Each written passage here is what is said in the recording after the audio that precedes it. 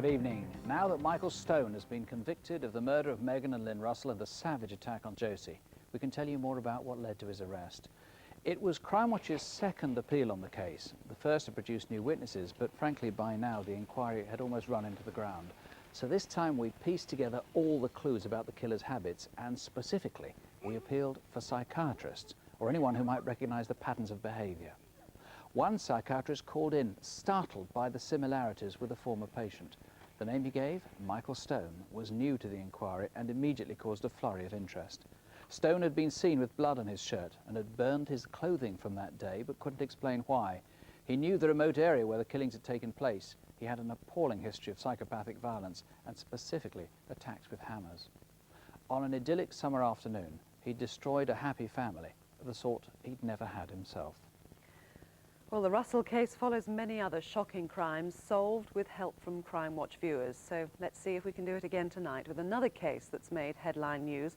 That is the murder in Cornwall 3 weeks ago today of Linda Bryant. As you may have seen, Linda's death might be linked with the stabbing last year of Kate Bushell, the schoolgirl ambushed while walking a dog in Devon. Linda too had been out walking her dog, and it was her abandoned lurcher that drew attention.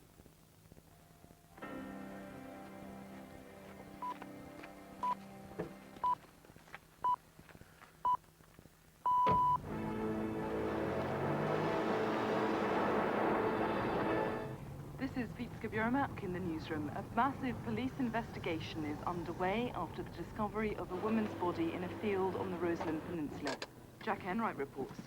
The dead woman's body was found by a holidaymaker at Ruin High Lanes at around 20 to 3 this afternoon. She phoned police, who have now surrounded the area around the village, which lies around 5 miles south of Truro. Officers say the woman had a number of stab wounds on her body.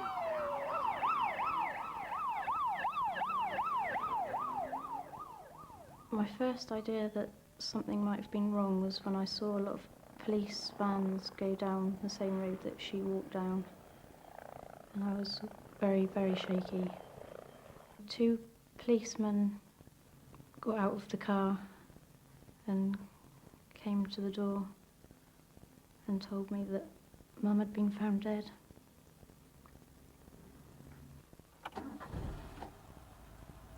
Come on, sweetheart.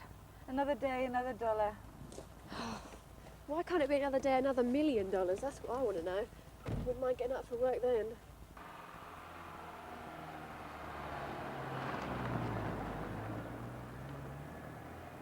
I think Lee would have been killing around today. Hasn't said. Anyway, you've just seen him, Mum. Can't see enough of him, you know that. First grandchild's always special. She absolutely adores her grandson. She was looking forward to him starting to walk and talking. Bye. If I hadn't have gone to work that day, if I'd been able to spend it with Mum, I would have told her that I loved her, because we don't say that to each other very often. Around lunchtime that day, a local woman noticed a stranger walking near Ruin High Lanes on the road from Truro to St Mawes. As I approached him, he sort of turned around and looked at me and just looked odd. 3 weeks ago, could this have been you?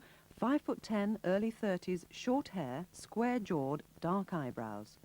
When he looked at me, I just remember thinking, I wouldn't pick you up even if you were hitchhiking.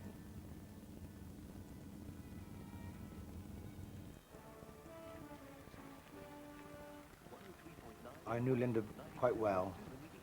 I used to go to school with her. She didn't use the garage all that regular. I believe at the time it was about 1 o'clock-ish. Thanks, love. Thank you. I was late paying my petrol bill, so I drove in, and Lynn was just getting into her car then, and I went over to her, and, you know, that week I hadn't seen her for about 3 or 4 months, I suppose. Hi, Linda. How you doing? Oh, baby seat in the back, I see. Is there something you're trying to tell me? Very funny, Iris. Only kidding. You don't look old enough to be a grandmother. That's why I keep forgetting. Then I was aware of a van coming in, and I thought that because I parked at such an awkward angle, that he couldn't get to the diesel pump to fill up. You say the sweetest things, Iris. But listen, I've got a dash. I'll talk to you later, though, okay? Sure. Better move myself. Be swearing at me soon, him, if I don't let him into the pumps. He was about 50 years old, with a round face and a full bushy brown beard flecked with grey. He appeared to be quite big and seemed to be wearing a waxed green jacket. But he didn't look at me. His eyes were looking towards the road or Lynn's car. And I thought, funny thing. And I remember it because it slowly reversed back towards me here and followed the Sierra down the road, yeah. Very, calculated.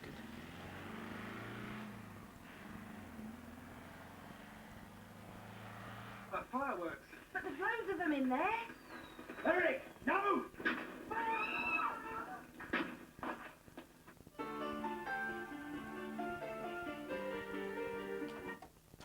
Right.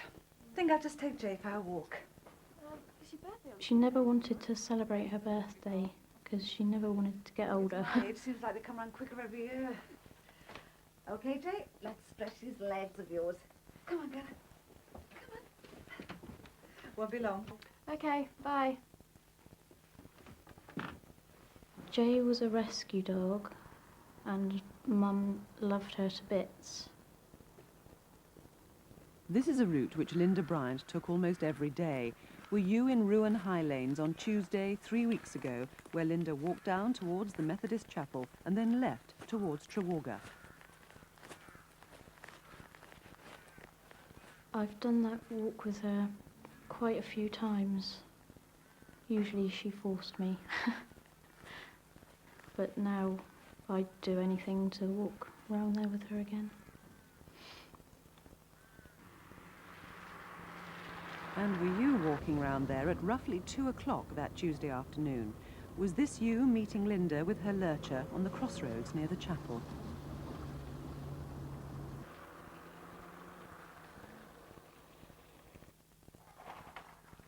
Come on, come on, come on, come on, come on, come on, come on. At 2 o'clock I went up to get the cows out the field.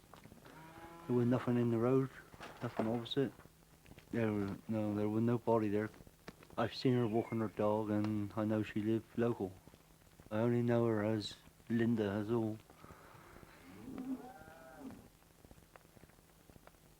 At first I thought, no, they're lying. And it just dawned on me that they weren't. Night times is the worst.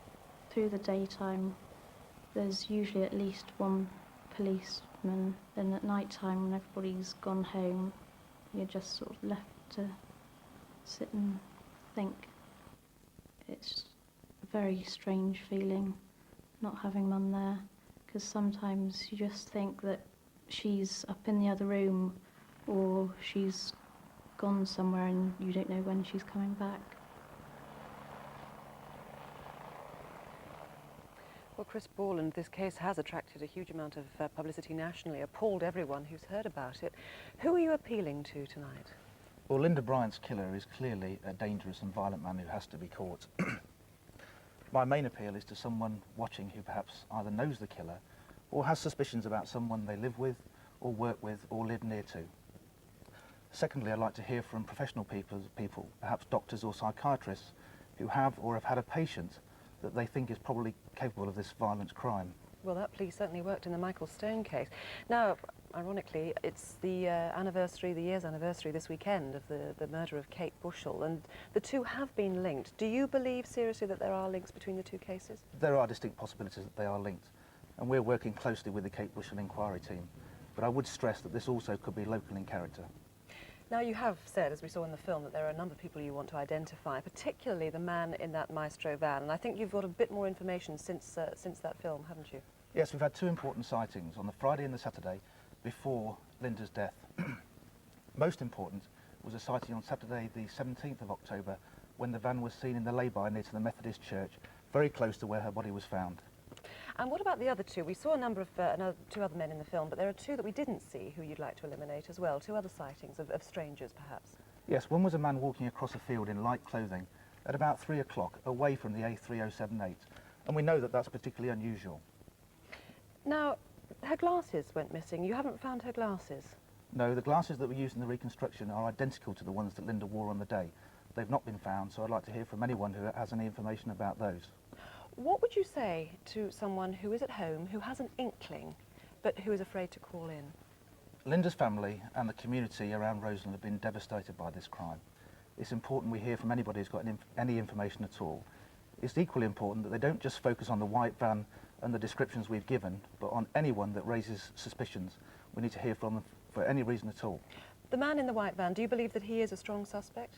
I think he is. He doesn't appear to be local, but if he isn't, we need him to come forward so we can eliminate him from the inquiry and we can concentrate on more important matters. Chris Borland, thank you very much indeed. Well, please don't hesitate if you can help in any way. 0500 600 600 is our free call number to the studio.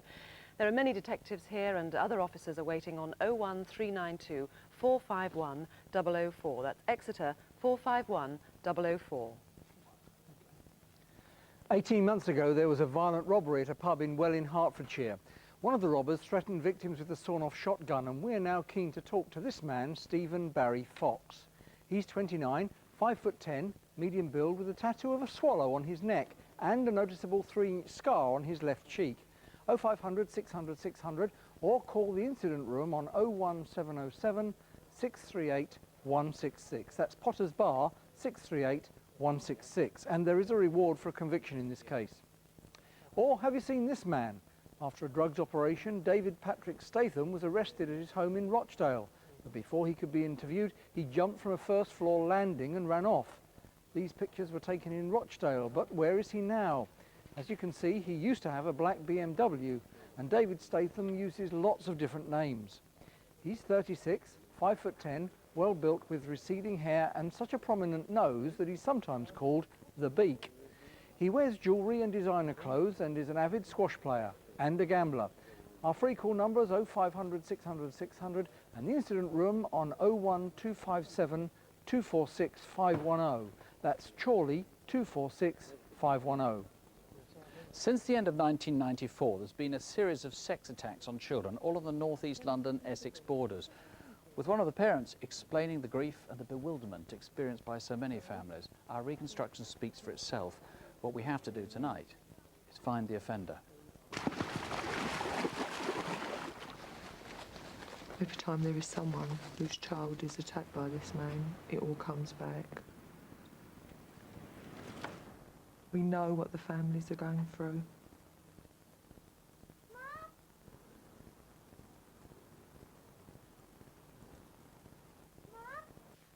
Mum!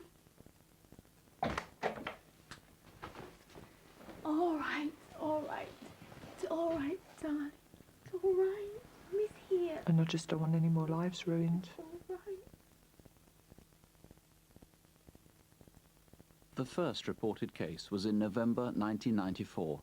A 14-year-old was crossing Woodford Public Golf Course on her way to an extra lesson after school.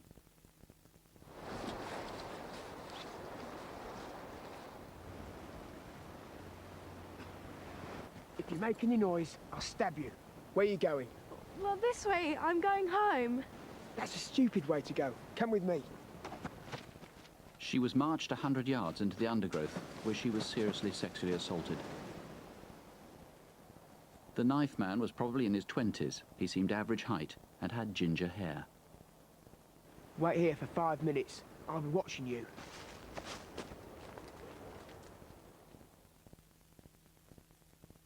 The next case, linked in public tonight for the first time, was 5 months later, in April 1995. This is 13 miles from the last attack. It's near the Hornchurch Cardrome. We always knew where he was. He wasn't on the streets or anything like that. He was always going somewhere. So as parents, we thought that we was protecting him enough, but also giving him independence. And it was all working out very well. I was going down past the Cardrome and turning right into the lane. All of a sudden, as I crossed into the lane, the beginning of the lane, a man stepped out in front of the car. The hair, it was very distinctive. It was a strawberry blonde ginger. It wasn't a proper ginger. It was a very distinctive colour. There's not that many people that you see that colour. stood there for a good few seconds and then turned round and started walking around to the passenger side as if he was coming in to get into the car. I just sort of swerved the car around him and off I went.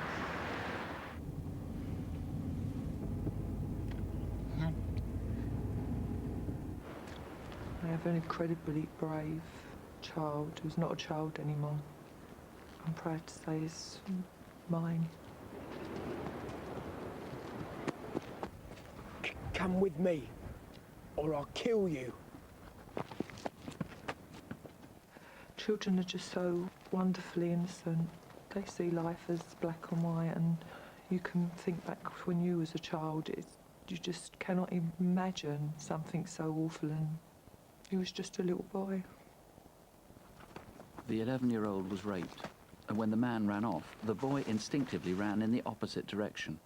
He tumbled straight into a river. He was soaking wet, in shock.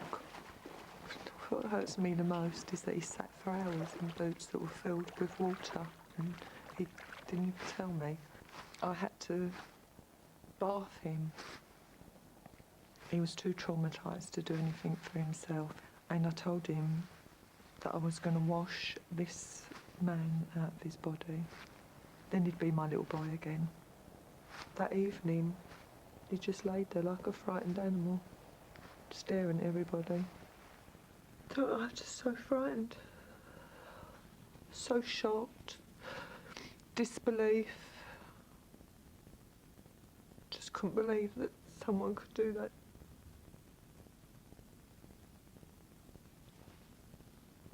When we'd looked after him so well.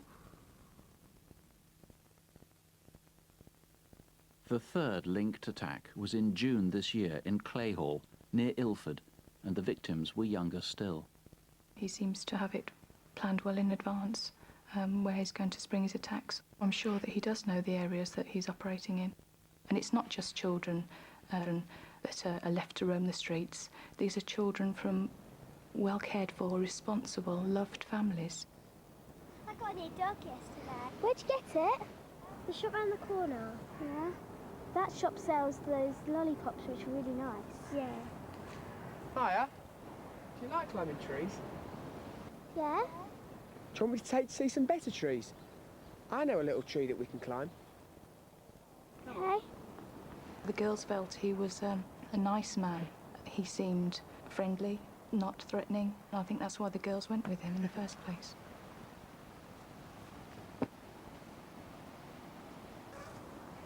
What's your names? Oh, right. They're nice names. I just took the dog for a walk up the forest there. We don't walk very far, we can't, pair of us, we're all getting old. We just walk round by the allotments, about 100 yards before the opening. I see two little girls in front of me. The dog ran up to them, and they patted him. I just thought he was a father taking his two kids for a walk through the forest. It's nothing out of ordinary, you know what I mean? It's possible these were two different girls. Were you out cycling with your daughters in Clayhall on a Monday afternoon in June? Only over there. Come on. It's when they got to the adjacent woods with Claybury Hospital that the girls realised that they really had gone too far. That White House over there, that's the mental hospital, isn't it? No, that's not the hospital. That's it. That's where people get killed. It's a type of a confidence trick. There's something over there. Just over there. No, we've gone too far now. Can we go home now? Yeah, sure. Come on, this way.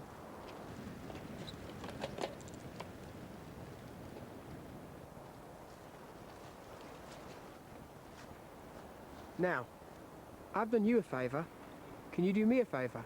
Come on. The girls obviously felt obliged to do what he asked them to do. It was again, a manipulative thing. I'm pretty sure the girls were completely terrified. I don't think they were in any position to offer any resistance. They were alone in such a horrific assault. This time, the man forced oral sex upon both his little victims. To get home from here, you go straight on and then right. What he actually did to the girls was to strip them of their innocence. They went in there, 2 9-year-old girls, and it's something that I'm sure they'll never forget for the rest of their lives. The attacker, or perhaps it was another cyclist, was seen pedalling back up Pancake Hill. You crush yourself because you're so frightened that your child is going to grow up into an adult that's going to be so screwed up through what's happened to him. And I wished it had been me and not him. I just wished it had been me. Paul Brown, it's so distressing this. Who specifically are you appealing to? Care workers, principally. We do believe this man has spent some time in care or some form of institution. We've got a second artist impression, this one done by one of the victims, one of the children. Tell us about his physical appearance. He's ginger-haired, and we've had that all the way through the descriptions. 5'6" to 5'10". He's clean and cared for, clean appearance. He speaks quite slowly, which may indicate possibly some form of educational problem. Actually, what do you know about his behaviour? Because, of course, if he was in care, he might be now 10 years or 15 years after he left care, even more. Tell us about his behaviour style. From psychological profiling and research that we've done, we suspect he's unable to sustain a relationship. He may try to create relationships but fail. We suspect he is homosexual, but he will try and portray himself as heterosexual. If he's in employment, we think it will be sort of the lower grade employment where he's going to be the assistant rather than the organiser. Will he be attracted to children? Will he work with children? Yes, it's suspected that he will orientate himself towards working with them or at least be in association with them. In fact, will he work at all? Because these offences all took place in weekdays between 12 o'clock and midday, that is, and 4 p.m, so he might be able to work, or flexible work. He may be able to work, may be flexible, or it could be that he's involuntary work where he works strange hours. Now, if people have got suspicions, you've got DNA, so it's very, very quick and easy to eliminate people. Yes, it is. You're really frightened this man could strike again? I've got to be there. These are horrible offences. I'm deeply concerned about it, and I desperately want to catch this man. Well, if there's any way you can help, 0500 600 600, strawberry, blonde and ginger. Remember, that's the most distinctive feature. Several detectives on the case are here, and the combined incident room is at Ilford in Essex on 0181 345 2696. That's 0181 345 2696. Okay. 5 of last month's appeals have made important progress after calls from viewers. They include GBH, arson, theft and a charge of robbery and kidnap. One was a woman arrested an hour after we came off air. She was wanted after a child was hideously injured. Another was the appalling petrol bombing of a nightclub in Doncaster.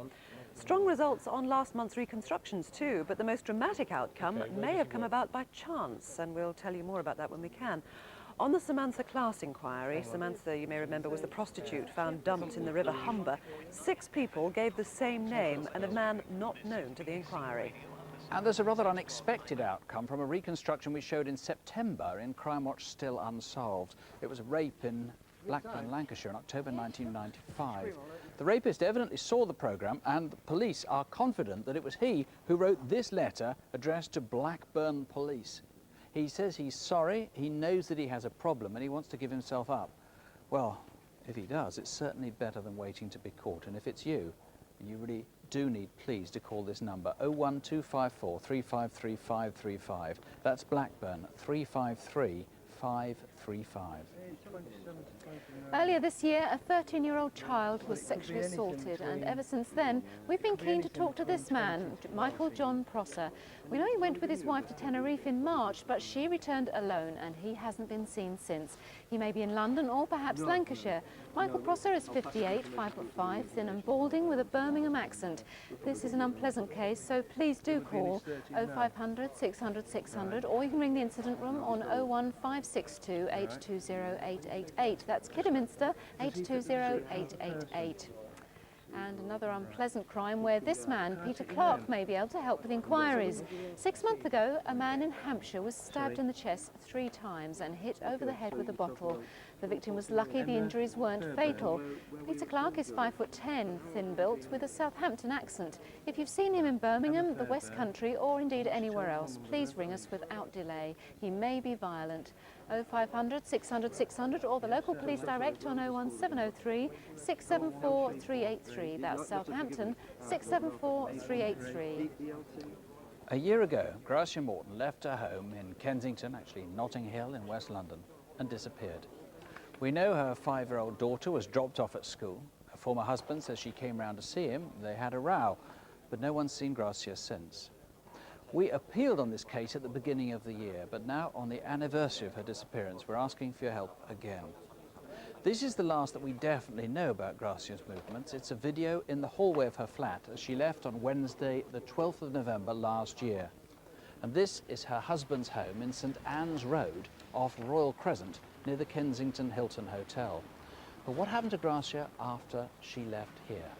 This is Gracia's sister, Constanza, and this is the investigating officer, DI Rick Turner. Constanza, it's appalling this for you and the family. What does the family think happened? We all think she's dead. We know the police have to keep an open mind on these things, but certainly all who knew her well believe she's dead, murdered. Rick, you have to keep an open mind, but if she has been murdered, how can viewers help? Obviously, around this area of Notting Hill, near Kensington Hilton, if she was murdered, somebody might have seen something in the street. Yes, anybody who's seen Gracia in and around the address in St Anne's Road, West 11, on that morning of the 12th of November. Last year? Last year. Or in fact, if she has been abducted in that area, then clearly she's got to be removed from that area. So anybody who's seen anything suspicious with a car or any parcel, somebody wrapped up, we would obviously wish to know. Somebody wrapped up in a carpet or something like that? Any sort of material, but yes, a carpet. Quite apart from this Notting Hill area, where else might she have gone? She did have access to a cottage in Stonesfield near Woodstock in Oxfordshire, and obviously that's a route there from the A40 and the M40 to Oxfordshire. Anybody who's seen anybody acting suspiciously around this time on that route. Constanza, appalling for you. How is her daughter doing? How are the rest of them surviving? Well, she's lost her mother, so obviously, you know, you can't exaggerate the magnitude of the loss. And all the adults are obviously still very upset and very frustrated and very distressed. If someone can help tonight, it's going to mean an awful lot to you. It would mean a lot to us and certainly to Celeste, because not only now, but also when she grows up, she understands her mother didn't abandon her. Well, even if it seems a very, very long shot, please give us a call. We have video of Gracia that hasn't been shown in public before. Did you know her? If so, have you any ideas or any suspicions? Did you see her any time around this time last year? And above all, might you have seen her on that morning of Wednesday, the 12th of November last year? If you've any clues at all, do her child and family a favour, 0500 600 600, or call the police direct on 0181 246 0731. That's 0181 246 0731. Well, you've been active on the phones so far this evening, particularly on the Linda Bryant murder. We've had more than 60 calls. A third of those calls have given names of potential suspects, but not one name has been mentioned twice, so the police have quite a lot to go on there. Stephen Barry Fox, we've had 3 calls about him, and David Statham, 2 calls. Only 1 call so far on those Ilford sex attacks, and 1 name has been put forward in that call. But keep those calls coming in. Now, if you've ever had your car broken into, you'll be keen to see these 2 arrested. After a spate of car crime in Pudsey near Leeds, police set up a surveillance camera, and in the next few minutes, this pair tried to break into 3 vehicles, causing extensive damage, but they couldn't get them started. By the time backup arrived, the 2 of them were off. Well, they're pretty identifiable. They're in their early 20s. The shorter one has mousy hair, the other one is dark. So do everyone a favour and give us a call, 0500 600 600 or 0800 405 040. That's free phone, 0800 405 040. Just over 3 months ago in Orpington in Kent, there was a terrible attack on a woman in front of her young child. 2 men were involved, but the motive is simply unknown. All detectives can imagine is that it was a case of mistaken identity.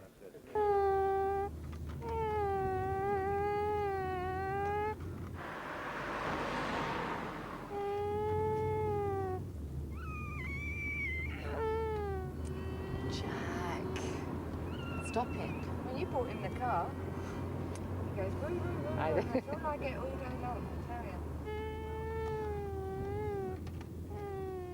Myself and my friend were outside photographing my car before I sold it. Oh, do you think you can move? Your face is going to put people off the car.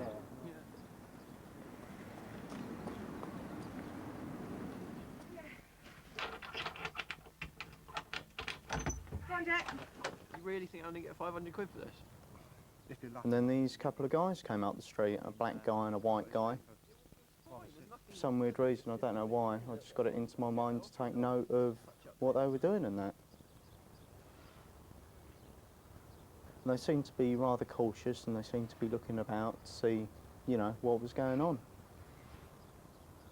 Hey, you in your pyjamas already? That was quick. Here, go and have a quick wash, yeah, before 10.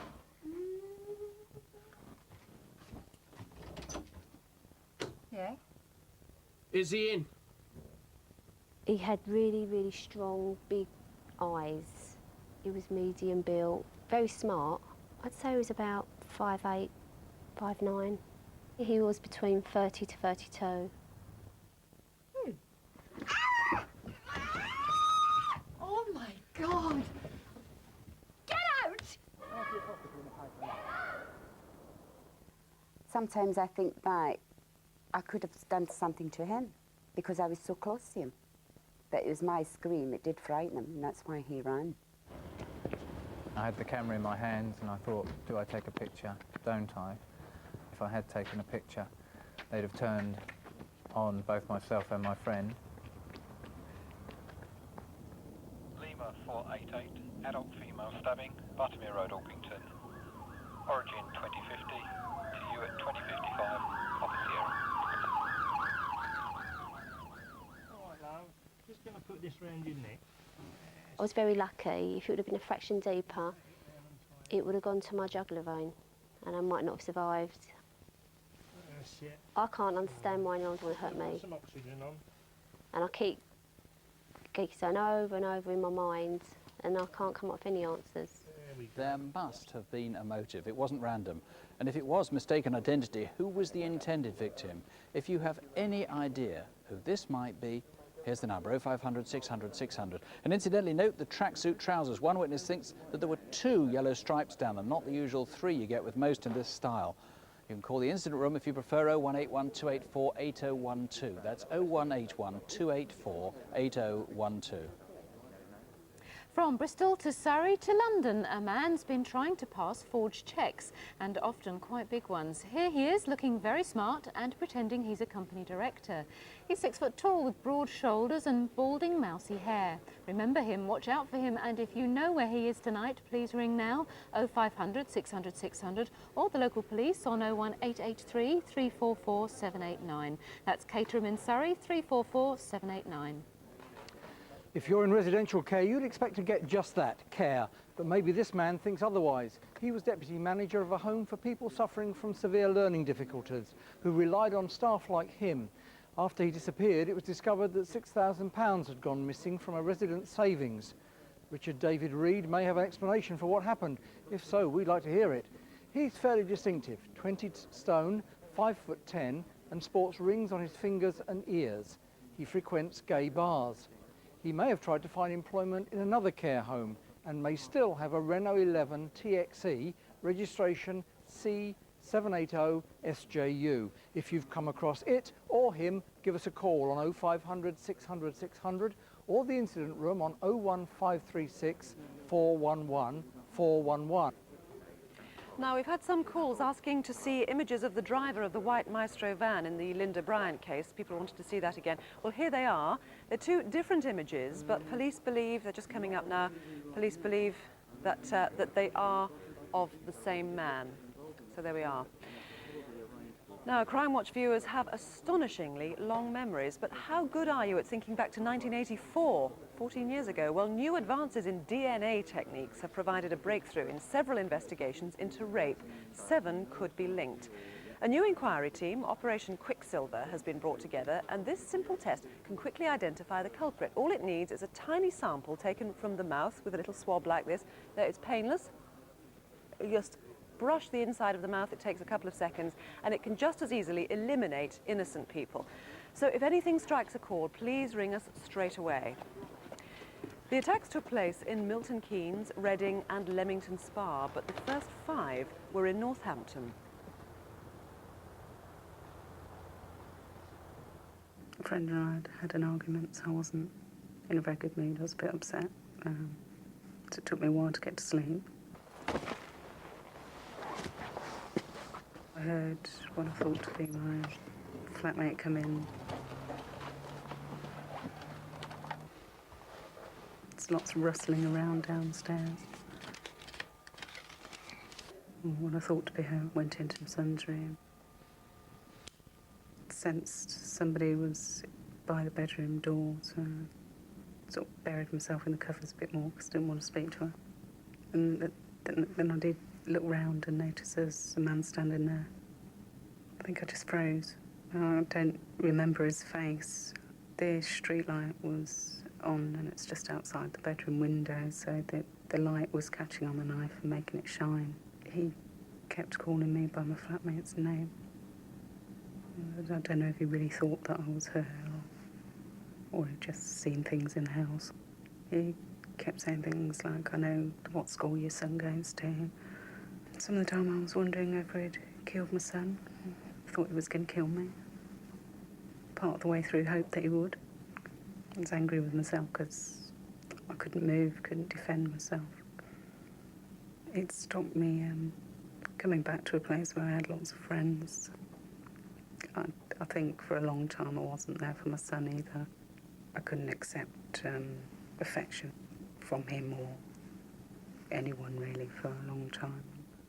In fact, this was the third in a series, all in Northampton, all in similar terraced houses, all with access through adjoining gardens.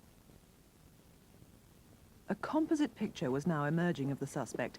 He's black, was then in his mid-teens, sexually inexperienced, was always armed and often agitated. But 6 months later, by October 1986, he'd grown more confident. He stayed and seemed to want to befriend his victim after the attack. The moment I actually realised something was wrong was basically when the hallway lights switched off. Even though he said sorry, it was like a false child's put-on cry. Something to start the conversation, perhaps. He said that he'd seen me around, he liked me, but he didn't think I'd go out with him. And he wanted to know if I did have his child, would I get rid of it? Obviously, whilst he was talking, I was quite safe. He wasn't much taller than me, about 9.5 stone. The eyes were reasonably close together. The ears were small. His jaw wasn't square, it was more an overly round face. Then, another 6 months later, less than a mile away, presumably the same man. I was dreaming, and in my dream, it was as if the light went on in the bedroom, and it made me wake up from the dream, but as I opened my eyes, it was completely dark, and then his hands went round my throat, and I knew if I carried on struggling, I knew he'd kill me. So you stop struggling and you just do what you can to save your own life. I thought, I don't want to die. Again, a bizarre conversation, as though this was a normal relationship. He talked about football, and he even arranged at one point to meet me because I was chatting away to him afterwards because I thought if he likes me, he won't want to kill me. I suppose my impression of him was that he was very dominated by females and he wanted to be the dominant one. Northamptonshire police set up an incident room and a large-scale investigation began. 60 extra uniformed police patrolled the streets at night. But the suspect seemed to disappear. Did the police operation drive him into hiding? Were later victims too scared to report him? Or had he left Northampton? We now know he began to change the focus of his attacks. 2 years later, in the same type of terraced house, there was one in Milton Keynes. Then Reading. Then in Leamington Spa. What was the connection between these towns? And if he stopped in 1990, why? Is he in prison? Is he in a relationship? Or has he now moved somewhere else? I think I just would like to ask him why. And to tell him how it's affected my life. He probably thinks he's got away with it. And for all we know, he might decide to suddenly get up and do it again. Well, Detective Superintendent Cross, this is a difficult case. I mean, we are asking people to cast their mind back at least 8 years. What could have happened in those intervening years between 1990 and now? Well, it's quite possible, as you've said in the film there, that he is in prison or he is in a relationship. Equally, it's possible that there are people out there who were his victims who haven't come forward for whatever reason. I'd like them, if they could, to look at that film and take some strength from the courage that the victims that we've shown there. So these attacks happened a long time ago, as we've said. Why are you choosing to appeal now? It's only now that we've been able to link one of the 4 offences that happened in Northampton between 1984 and 1987 to the attacks in 1989 in Milton Keynes and 1990 in Reading and Leamington Spa. And in case anybody thinks that's a long time ago, we've got to remember what's happened to these women. They've been attacked in their own homes. They've had to move away from those homes and away from their friends. And one of the victims has had to abort a child she conceived as a result of being raped in her own bedroom. So what characteristics would this man have now? I mean, he'd be older, obviously. What sort of age would he be? We're looking for a black man now who's in the 28 to 36 age group. We believe when he started attacking in Northampton in 1984, he would have been in his mid to late teens. We think he would have been a bit of a loner. You've already mentioned in the film the bizarre attempts to strike up relationships. He was not sexually inexperienced because we know that he passed gonorrhea on to 2 of his victims, and in fact to the first victim in 1984. And somebody might recall an individual who's fitting this profile that went for treatment. And what do you make of the pattern and the geography of his attacks, the fact that he moved away from Northampton? Yes, we believe he was, as I say, a teenager in the period 84 to 87. I believe he's then moved on to Milton Keynes, Reading and Leamington Spa, and I'm hoping that perhaps an employer will look at that and it might jog their memory. It might form a pattern of delivery for a particular firm. Briefly, there is a reward on offer, isn't there? There is a reward of £5,000. I'm hoping that people will ring in and be motivated to ring in by what they've seen already.